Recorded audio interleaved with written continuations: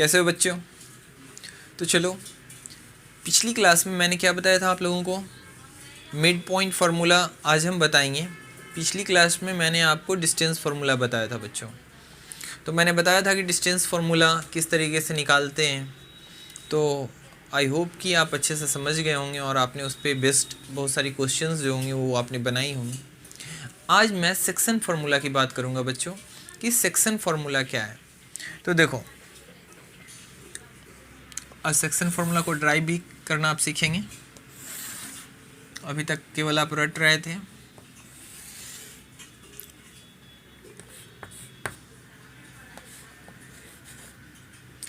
देखो बच्चों, ये सेक्शन क्या होता है? देखो, सेक्शन का मतलब होता है बांटना। यहाँ पे जैसे तुमने देखा होगा, तुम्हारे क्लास में जब बच्चे अधिक हो जाते हैं तो उसको हम अलग सेक्शन में बांट देते हैं कि नहीं। जैसे तुम होगे सेक्शन ए, कोई होगा तुम्हारा दोस्त जो होगा सेक्शन बी में, कोई सेक्शन सी में। It depends on the number of student की संख्या पे हम बांट देते हैं कि 40 स्टूडेंट्स का एक क्लास रहेगा, तो अब इससे ज़्यादा स्टूडेंट दूसरे सेक्शन में। यहाँ पे भी लाइन को हम बांटेंगे, इसलिए लाइन को जो हम बांटेंगे तो इसलिए यहाँ पे हम यूज़ करेंगे, क्या वर्ड यूज़ करेंगे? सेक्शन। यानी कि लाइन को हमको बांटना है।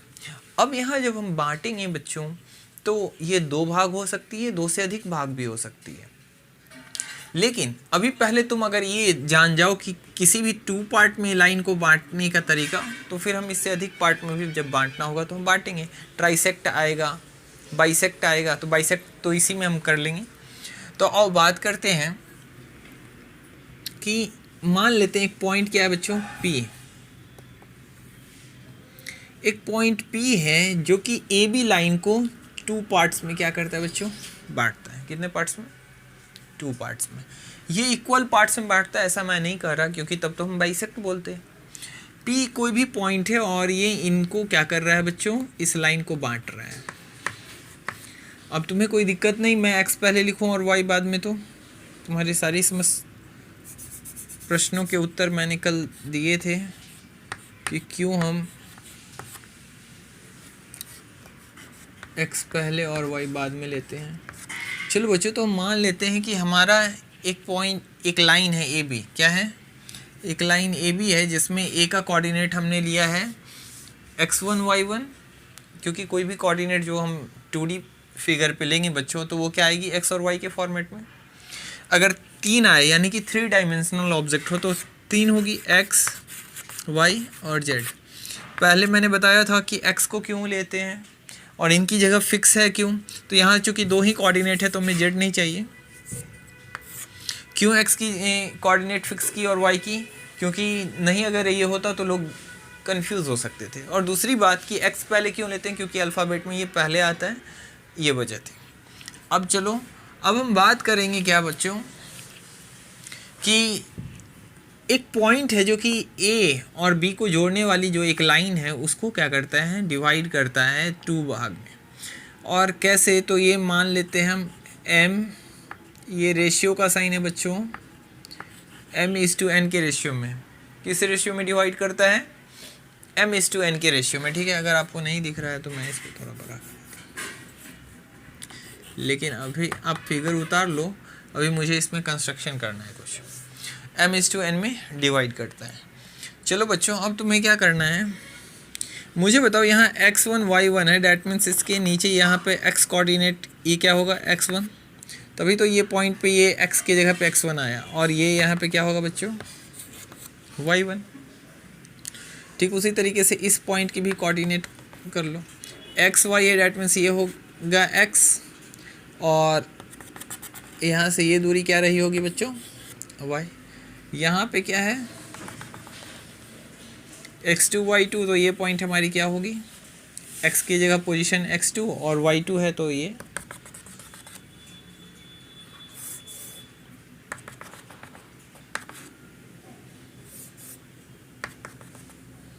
क्या हो जाएगी बच्चों? y2। ठीक है, अब क्या करो, इनको यहाँ से मिला दो ऐसे। कोई दिक्कत है बच्चों? यहाँ तक हमने मिला दे इसको, इस रेशियो को मैं, ये तुम समझ गए ना? यहाँ ये रेशियो में है m/n के रेशियो में, m/n रेशियो में ये बांट रहा है, ठीक है। यहाँ लिख लो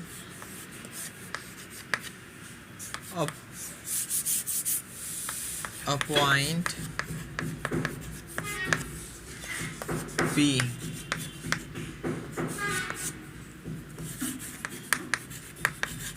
divides line AB in ratio AB in सीधे लिख दो m/n। क्या है, एक पॉइंट P है जिसकी कोऑर्डिनेट xy है, वो क्या करता है, लाइन AB को डिवाइड करता है m/n के रेशियो में, ठीक है बच्चों। अब हम यहाँ पे क्या करने वाले हैं, कल भी हमने दूरी निकाली थी, आज भी हम निकालेंगे। और राइट एंगल ट्रायंगल देखो बच्चों, ये यहाँ पे ये स्ट्रेट लाइन है और ये यहाँ से स्ट्रेट लाइन है, यहाँ पे 90 और यहाँ 90 बन रही है। इस पॉइंट की तो P वैल्यू है ही, यहाँ पे AB, इसको ले लो C, इसको ले लो क्या बच्चों D, और यहाँ पे कुछ लेने की ज़रूरत नहीं है, बस हम देख लेंगे। मुझे बताओ बच्चों यहाँ से यहाँ तक की दूरी क्या होगी, तो देखो ये दूरी है, यहाँ से यहाँ है x1 और यहाँ से यहाँ पूरी है x, तो ये बीच वाली दूरी के लिए हम क्या करेंगे, x में से x1 घटा देंगे तो बीच की दूरी नहीं आ जाएगी। जैसे अगर यहाँ पे सपोज करो ऐसा समझो, ये होता 2 और ये होता 10, तो कहाँ से 10 होता बाबू, ये यहाँ से यहाँ तक होता 10, ये 2 कहाँ से कहाँ तक होता, तो यहाँ से यहाँ तक ये 2, और ये समझ लो यहाँ से यहाँ तक 10 दिया होता। तुमसे पूछते हम कि बताओ इनके बीच की दूरी क्या होगी, तो तुम क्या करते, तुम कहते कि सर यहाँ से यहाँ 10 है और यहाँ से यहाँ 2 है, आप इस 10 में से 2 घटा दीजिएगा तो वही दूरी हो जाएगी, यानी ये क्या किया तुमने यहाँ वाली वैल्यू में से इधर वाली वैल्यू घटा दी। ठीक उसी तरीके से बच्चों यहाँ पे मुझे बताओ, यहाँ पे मुझे यही दूरी लिखनी है, तो यहाँ से यहाँ की दूरी x1 है और यहाँ से यहाँ तक की दूरी x है, तो हम यहाँ क्या करेंगे बताओ, x माइनस x1 लिख सकते हैं, यानी यहाँ से यहाँ तक की दूरी क्या हो गई, x माइनस ऑफ x1। उसी तरीके से मुझे बताओ बच्चों इस कोऑर्डिनेट को क्या लिखेंगे, तो मुझे बताओ ये x के सामने है तो इसका तो x हो गया, और ये किसके सामने है, y1। देखो यहाँ क्या है बच्चों, y1, तो y1 के सामने है तो इसकी ये हो गई y2। ठीक उसी तरीके से ये जो D पॉइंट है इसकी भी कोऑर्डिनेट लिख लो, किस जगह पे, यहाँ से चेक करो, x2 पर है तो x2 और इधर से है y पे तो y। यहाँ तो कोई दिक्कत बच्चों, कोई दिक्कत नहीं। चलो अब हम बात करेंगे किसकी, यहाँ पे हमने सारे काम कर लिए, ये पॉइंट हमारा C है, याद रखना ये C है, ये पॉइंट D है, ठीक है। और यहाँ जो लाइन जो बट रही है वो क्या है, m/n रेशियो में बांटी जा रही है लाइन, ठीक है। अब सब कुछ क्लियर है ना, अब दिख रहा है ना, अब छोटा नहीं ना है। चलो बच्चों मैं इधर क्या करूँगा, अब लूँगा यहाँ पे इन दोनों ट्रायंगल को सिमिलर करेंगे पहले। तो मुझे बताओ इन दोनों, ये दोनों ट्रायंगल आपस में सिमिलर हैं या नहीं, तो देखो ये लाइन और ये लाइन आपस में पैरेलल है, ठीक है। ये स्ट्रेट है, यहाँ से स्ट्रेट है, ये यहाँ बेस के साथ 90 है, 90 बना रही है, ये दोनों लाइन पैरेलल है। जब पैरेलल लाइन है तो ये एक तरीके से ट्रांसवर्सल लाइन है, इसकी वजह से ये एंगल और ये एंगल आपस में क्या है बच्चों, बराबर। समझ रहे हो बातों को। चलो तो यहाँ से अगर ये एंगल बराबर है और ये 90 है तो तुम कह सकते हो हम बात कर रहे हैं ट्रायंगल, हम सीधे यहाँ लिखेंगे क्योंकि इसको मैं मिटा रहा हूँ बच्चों, हम यहाँ सीधे लिख रहे हैं ट्रायंगल ACP इज सिमिलर, या तुम सिमिलर देखोगे तो लिख लो in triangle ACP and triangle क्या बच्चों PDB या BPD। बताओ यहाँ से एंगल ACP, मैंने कल बताया था आपको कि एंगल को 3 नेमिंग क्यों देते हैं, बराबर इस एंगल का नाम BPD, ये कितने के बराबर है बच्चों 90, और इसको लिख सकते हो एंगल A डायरेक्ट लिख सकते हो, एंगल A बराबर P को क्या लिख सकते हो बच्चों, P को लिखना पड़ेगा, नाम देना पड़ेगा, तो ऐसा करो इसका भी नाम ही दे दो PAC और इसका नाम क्या हो जाएगा, यहाँ एंगल P का नेमिंग हमें करना है तो BPD। क्यों बराबर है, तो बताओ मुझे बच्चों, ये दोनों एंगल जो हैं आपस में कैसे एंगल कहलाएंगे, क्रॉसपॉन्डिंग एंगल कहलाएंगे। देखो ये लाइन ऐसा समझो ना, तो ये एंगल और ये एंगल आपस में क्या होते हैं, कॉरस्पॉन्डिंग होते हैं ना। कुछ समझ रहे हो बातों को। देखो यहाँ पे ये बात समझ लो, ये एंगल और ये एंगल भी आपस में बराबर है, ठीक है। तो तुम इसी एंगल का यूज़ करो ताकि तुम्हें ये ज़्यादा यहाँ से विजुअलाइज अगर हो रहा है तो देखो ये और ये लाइन जो है ये दोनों पैरेलल है और ये ट्रांसवर्सल लाइन है। तो ये एंगल, एक एंगल अंदर वाली, ये लाइन के अंदर वाली है, और जस्ट एक एंगल क्या बाहर वाली, ये दोनों क्या होती हैं बराबर। तो यहाँ पे हमको एंगल बदलना पड़ेगा बच्चों, अगर हम वो वाला ले लेंगे तो हम यहाँ पे क्या कर देते हैं, angle APC is equal to, इसको हम क्या लिख देते हैं बच्चों, PBD। क्या है ये, कौन सा एंगल है बच्चों, तो क्रॉसपॉन्डिंग एंगल, ठीक है। तो कॉरस्पॉन्डिंग एंगल्स आपस में क्या होंगे, बराबर होंगे।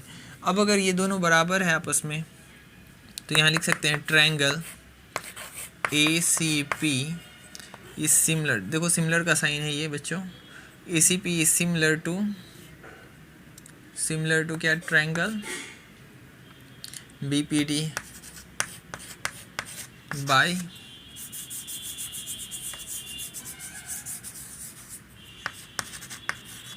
AA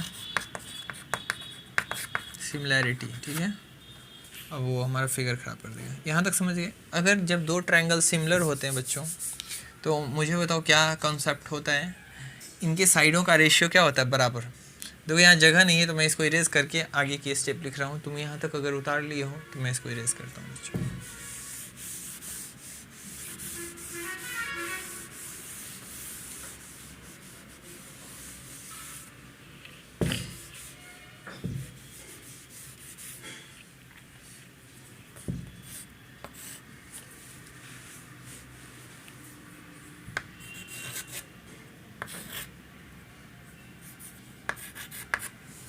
ठीक है बच्चों, चलो अब हम यहाँ क्या करने वाले हैं बच्चों, तो हम अब जब हमने ये क्या किया, अभी हमने किया triangle APC similar to triangle क्या कर दिया हमने PDB। अगर ये दोनों सिमिलर हैं तो इनके साइड्स भी आपस में क्या होंगे बच्चों, सिमिलर होंगे। तो मुझे बताओ इधर हम क्या लेंगे, अगर एक ट्रायंगल का हमने हाइपोटेनस, देखो 90 के सामने हाइपोटेनस, अगर इस ट्रायंगल का हाइपोटेनस लिया है तो बटे इस ट्रायंगल का लेना पड़ेगा हाइपोटेनस, तो क्या हो जाएगा बच्चों BP। अब इस ट्रायंगल का अगर हम परपेंडिकुलर लेंगे या इस ट्रायंगल का अगर हम बेस लेंगे तो इस ट्रायंगल का भी बेस लेना पड़ेगा। तो बेस यहाँ पे ये पॉइंट A है, AC हो जाएगा। तो इस ट्रायंगल का बेस क्या लेना होगा बच्चों, PD। उसी तरीके से मुझे बताओ इसकी हाइट अगर लेंगे तो क्या आ जाएगी PC, तो उसकी हाइट क्या आ जाएगी BD। यहाँ तक कोई दिक्कत है? अगर यहाँ तक कोई दिक्कत नहीं है बच्चों तो अब सबकी वैल्यू रखो बच्चों। तो वैल्यू क्या है हमारे पास, तो देखो AP और BP, तुम्हें ये पता है ये P पॉइंट जो है इस पॉइंट से ये लाइन को कितने रेशियो में बांट रही है, M/N। दैट M/N का मतलब ये हुआ बच्चों कि AP/BP इज इक्वल टू क्या हो जाएगा, M/N।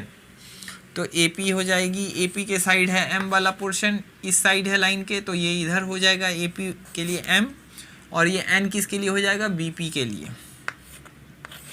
जो बच्चे नहीं समझे वो ऐसे समझो। देखो बच्चों ऐसा यही लाइन था, यही लाइन AB उस तरीके से तिरछा लिखा हुआ था। ये यहाँ पे आ गया P, कह रहा है कि ये M/N रेशियो में क्या करती है, डिवाइड करती है इस लाइन को, ये P पॉइंट। डैट मीन्स क्या कि AP/BP जो लिखोगे वो लिखोगे M/N। समझ पा रहे हो बातों को? तो यही बात था, अब समझ गए होगे कि AP/BP क्यों M/N होगा। चलो बच्चों, अब देखो यहाँ पे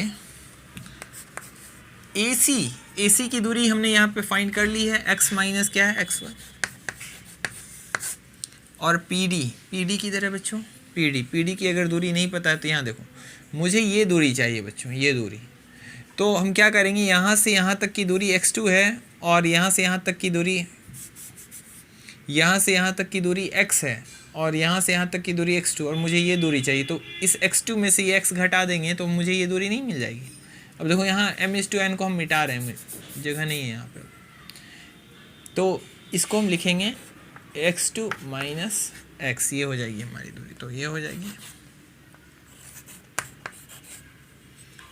अब PC देखो, PC कितनी है, ये दूरी हमने फाइंड की नहीं की है, तो ये देख लो, अभी दूरी हम फाइंड कर लेते हैं। PC की वैल्यू तो देखो यहाँ तक बच्चों क्या है, y1 है, और ये यहाँ से यहाँ कितनी है, y है। मुझे ये वाली दूरी, यही दूरी है ये PC, तो ये वाली दूरी क्या हो जाएगी मुझे बताओ। तो y में से y1 घटा देंगे तो y माइनस y1 हो जाएगी ये दूरी। और अगर यहाँ की दूरी की बात मैं करूँ तो ये पूरी यहाँ से यहाँ y2 है, और यहाँ से यहाँ कितनी है, y है। तो ये वाली जो दूरी है यहाँ से यहाँ तक वाली, ये क्या आ जाएगी, y2 माइनस ऑफ y। तो देखो यहाँ से यहाँ की दूरी तुम समझ पा रहे हो ना। देखो ये y में से ये क्या घटा दोगे बच्चों, y1, तो ये इस बीच की दूरी आ जाएगी, और यहाँ पे y2 में से y घटा दोगे तो ये इस बीच की दूरी आ जाएगी, जो कि यहाँ पर है ये, और यहाँ पर है ये। तो ये दूरी तुम्हारी क्या आ गई बच्चों, ये distance y2 minus of y, और यहाँ ये डिस्टेंस क्या आ जाएगी। अब देखो जगह बहुत कम है तो मैं नहीं लिख रहा, ये समझ लो y माइनस y1। तो PC ये जो दूरी है ये क्या आ जाएगी बच्चों, y माइनस ऑफ y1, और ये दूरी क्या आ जाएगी, y2 माइनस ऑफ y। जिसको भी देखो नहीं समझ में आया है तो मुझे फिर से बताएगा, ठीक है। मेरे पास इतना ही जगह है तो मुझे इसी को बताना पड़ेगा बच्चों, ये मेरी मजबूरी है। अब देखो बच्चों, ये तीनों m/n इज इक्वल टू क्या हो गए, x minus x1 by x2 minus x is equal to y minus y1 by y2 minus y। अब क्या करेंगे, हम इनमें से किसी दो को इक्वेट करेंगे। हम एक साथ तीनों इक्वल टू को यूज़ नहीं करते, यानी कि तीनों बराबर वाले चीज़ों को यूज़ नहीं, हम इनका बारी बारी यूज़ करेंगे और फार्मूला निकालेंगे। तो एक बार हम क्या करेंगे, देयरफॉर एक बार हम लिख सकते हैं m/n is equal to x minus of x1 by x2 minus of x। एक बार ये हो जाएगा, और यहाँ पे एंड करके लिख सकते हो, तो एंड एक बार लिख सकते हैं m/n is equal to y minus y1 by y2 minus of y। समझ गए बच्चों बातों को। अब हमें उस फिगर की भी काम नहीं, तो मैं उसको इरेज कर रहा हूँ बच्चों, इरेज कर दूँ।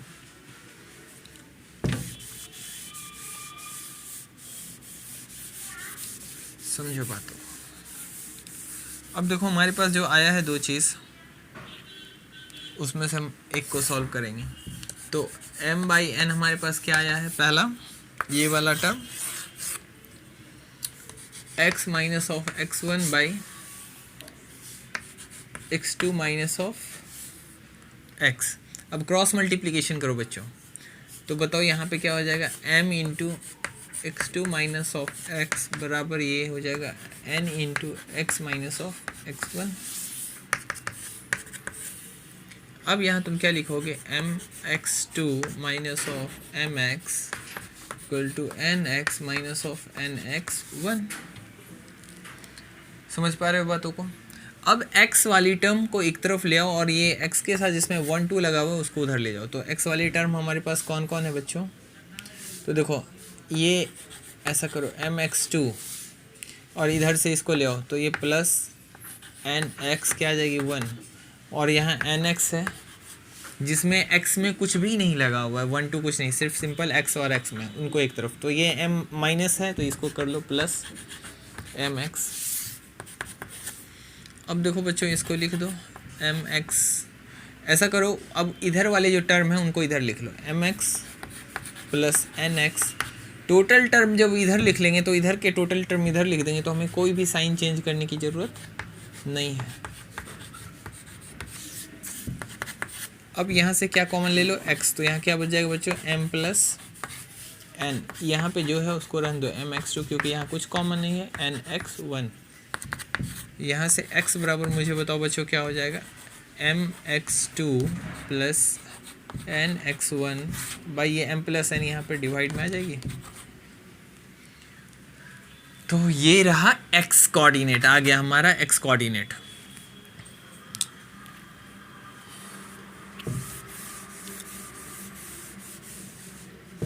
देखो यहाँ जो ये लाइन ए बी की हम बात कर रहे थे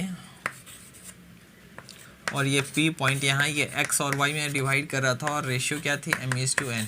तो इसमें जो कोऑर्डिनेट x थी उस x की वैल्यू तुम्हारे पास आ गई। अब हम किसकी निकालेंगे, y की। ये वाला इक्वेशन सॉल्व करेंगे तो y आ जाएगा, जस्ट ऐसे ही सॉल्व करेंगे।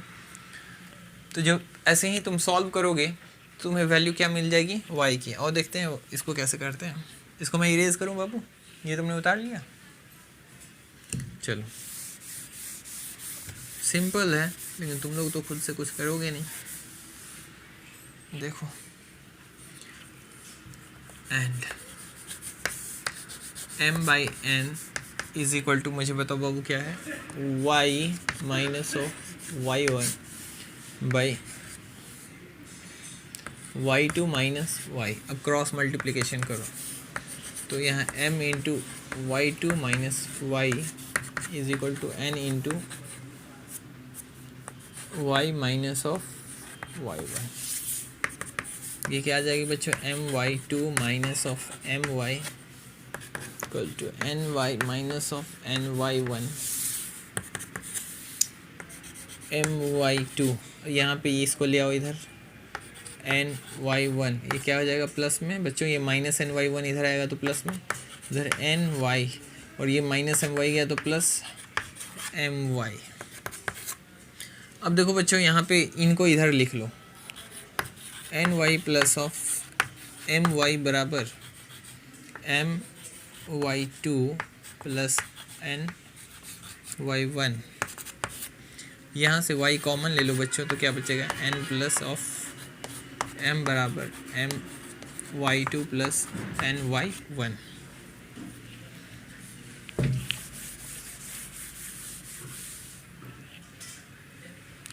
अब यहाँ से y बराबर क्या आ जाएगी बच्चों, my2 plus ny1 by m plus of. यहाँ तक कोई दिक्कत है बच्चों तो मुझे बताओ। तो हमारे पास ये y कोऑर्डिनेट भी आ गई। फाइनली अगर तुमने इसको उतार लिया तो मैं इरेज करता हूँ और मैं फाइनल लिखता हूँ कि क्या क्या चीज़ आया। तुमने उतार लिया बच्चों, नहीं तो स्क्रीनशॉट ले लो।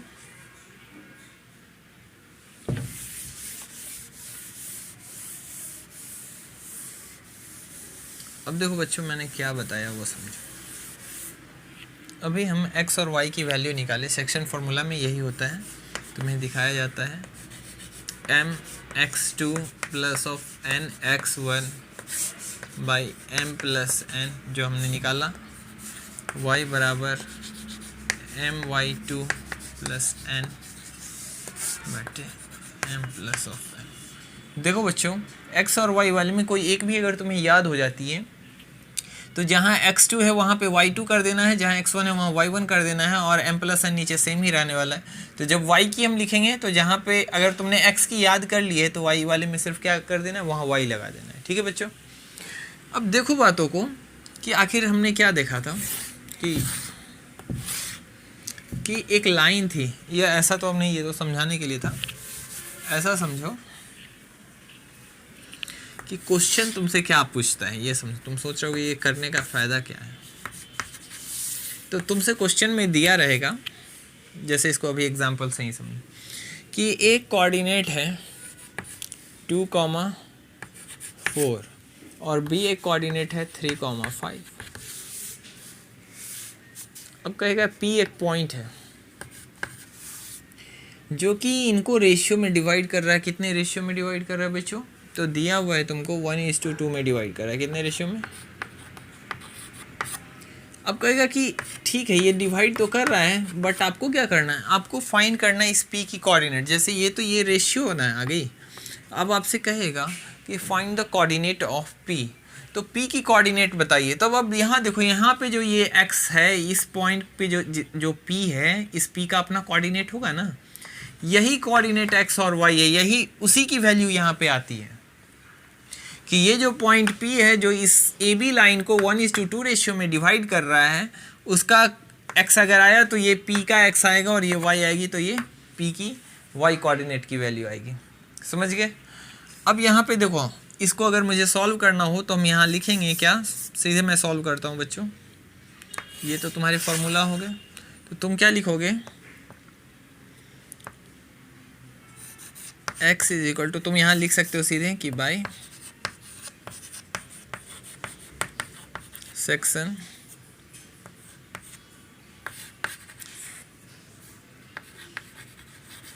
फॉर्मूला। तो सेक्शन फार्मूला से क्या है, हमको फार्मूला याद है ना बच्चों, क्या लिखोगे बताओ। देखो यहाँ बगल में लिखा हुआ है, देखो याद आया। क्या करते हैं, x2 लेते हैं और x2 के साथ किसको गुना करते हैं, m को, प्लस x1 के साथ किसको गुना करते हैं, n को, और ये क्या आ जाता है, m प्लस ऑफ n। तो अब देखो सबकी वैल्यू रख दो। m की वैल्यू यहाँ देखो, ये वाला हमने m माना था और ये वाला हमारे हिसाब से n है। हमेशा हम m/n जब मानेंगे तो ये पहला वाला m है और दूसरा वाला n है। इसको आगे पीछे मत कर देना कि किसी को भी किसी से गुना कर दी, ये इंपॉर्टेंट है। अब इसको गुना करोगे किससे, इधर वाले से, तो बताओ क्या आ जाएगा, 1 x2, ये देखो ये रहा हमारा, यहाँ पे है x2 और ये है y2, ये x1 y1। x2 की जगह क्या है, 3 है, 3 रख दो, प्लस n की जगह कितना है बच्चों, 2, और x1 कितना है बच्चों, 2, और m प्लस n, ये 1 प्लस 2। अब इनको सॉल्व करो, 1 into 3 3, 2 into 2 4, by 2 plus 1 3। Solve करोगे तो ये आ जाएगी 7/3। समझ गए बातों को?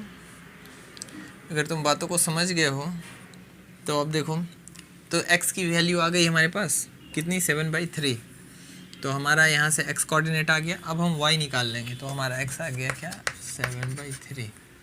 अब इसी तरीके से हम क्या करेंगे बच्चों, y निकालेंगे। तो y कोऑर्डिनेट के लिए क्या, मैं इसको इरेज कर रहा हूँ, फिर से यहाँ y का फॉर्मूला लगा देंगे। y इज इक्वल टू क्या, my2 plus of n y1 by m plus of n। अब यहाँ पे बताओ, अब यहाँ y लेनी है, तो my2, m है 1, y2 है 5, तो 1 इंटू 5 प्लस यहाँ पे देखो ये क्या है बच्चों, n। देखो याद रखना, इधर वाला जो रेशियो, इसको गुना करेंगे इधर वाले के साथ, और इधर वाले रेशियो का गुना होगा इधर वाले के साथ। ये तुम देख रहे हो, गौर कर रहे हो ये बात।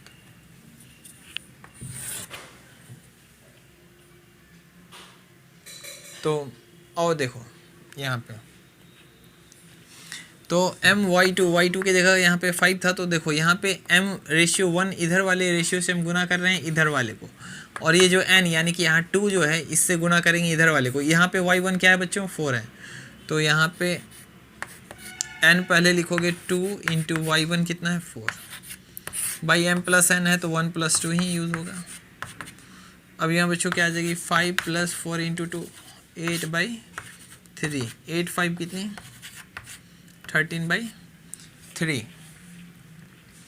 तो हमारी y की वैल्यू क्या आ गई, 13/3। यही हो गया हमारा सेक्शन फार्मूला का यूज़। तो आपसे ऐसे ही क्वेश्चन पूछेगा बच्चों, तो अब आप आसानी से क्या कर पाएंगे, बना पाएंगे। तो आज की कक्षा मैं यहीं समाप्त करता हूँ। आज सेक्शन फार्मूला तो आप इसको याद कर लेंगे बच्चों। क्या ध्यान रखना है आपको, यहाँ देख लो ये बात कि ये फार्मूला कैसे याद रखोगे। देखो ये a, ये b, ये पॉइंट p, इसकी कोऑर्डिनेट x y डिवाइड करता है m/n रेशियो में, ये x1 y1, ये x2 y2। तो देखो x, ये जो कोऑर्डिनेट x है, ये x जब निकालते हैं तो यहाँ जो इधर जो रेशियो है m2 x की जब बात करेंगे तो केवल x से गुना होगा रेशियो का, तो m वाला रेशियो गुना होगा x2 के साथ। तो क्या यूज़ करेंगे, mx2 अब प्लस का साइन, ये इस साइड की रेशियो गुना होगी इधर वाले x1 के साथ, तो क्या आ जाएगी nx1, और नीचे में इन दोनों रेशियो का सम m प्लस है। समझ गए। ठीक ऐसे ही जब y की हम बात करेंगे तो m वाले जो ये x के साथ गुना हो रहा था, ये किसके साथ गुना होने लगेगा, y के साथ। सेम कॉन्सेप्ट, इधर वाली रेशियो इधर वाले y के साथ, और इधर n की रेशियो इधर वाले y के साथ। तो मुझे बताओ यहाँ क्या आ जाएगा, m यहाँ से y2, m मतलब कि इस साइड की रेशियो और n मतलब इधर। इसको कोई m1 m2 लिख सकता है, कुछ भी लिख सकता है, लेकिन तुम्हें याद रखना है कि इधर जो भी रेशियो तुम लोगे उसकी गुणा इधर वाले से होगी, और इधर जो भी रेशियो होगा उसकी गुणा इधर वाले से होगी। प्लस यहाँ क्या आ जाएगा, n y1 by m plus n, नीचे तो सेम ही रहना है रेशियो का सम। तो चलो बच्चों, आज की क्लास हम यहीं क्या करते हैं, समाप्त। मिलते हैं अगले क्लास में, तब तक तुम मन लगा के पढ़ते रहो, और जो भी क्वेश्चन नहीं बनता है, तुम्हें प्रॉब्लम आती है, वो कमेंट में भेजो। ठीक है बच्चों।